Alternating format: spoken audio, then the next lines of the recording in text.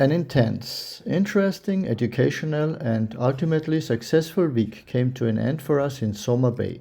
With our first challenger in Egypt in many years, we have taken another step forward. Considering that we only opened our academy here in September this year, a lot has already happened.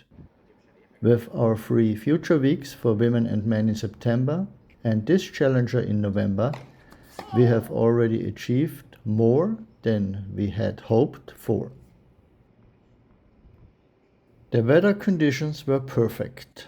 From Tuesday onwards, there was no wind and temperatures did not exceed 28 degrees. This allowed the players to show their best tennis. The feedback from the players and the supervisor was very positive. Of course, there are still areas that can be improved in the future, and we will improve those things that are within our power. Not only are we still in the process of development, but the entire destination here in Soma Bay has big plans for the future and much is still in the works for the coming years. We are already planning for the coming weeks and the start of next year. One player is certainly very happy that we are hosting tournaments here. Britain's Samuel took part in 2 future tournaments and won both. He also competed in the Challenger and remained undefeated. He can now call himself Mr. Soma Bay. Now it's time to expand our team. We are looking for qualified people in areas such as finance, administration and coaching who are ready to join us in expanding our big vision here. Back in Vienna, I met up with our team again. The cold had us in hand here and I obviously feel more comfortable in the warmth. Yuri Rodionov is on vacation this week. Slava Belinsky is still having problems with his wrist and Sebastian Sorga is working on his fitness in his hometown of Graz. So it was a little quieter this week, but there was still something to do with our players.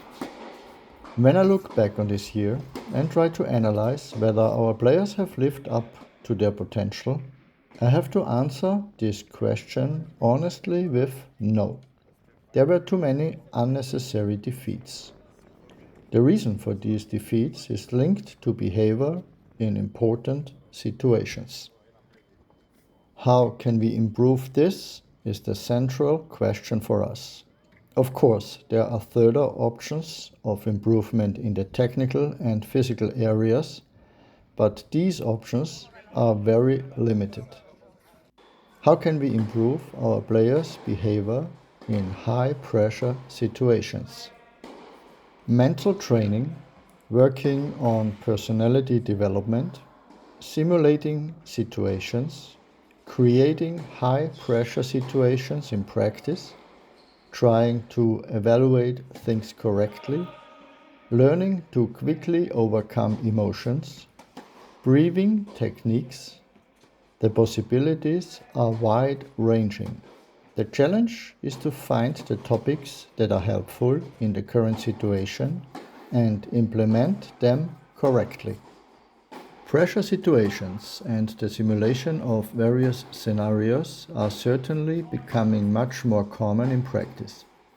Other topics are repeatedly addressed in discussions, while external support is required for other topics. But these things are all just aids. The player is the ultimate deciding factor, and it is the player who must want to implement all these things and work on them off the court as well. We'll see what the preparation period for challenges will bring, but we don't have to worry about boredom.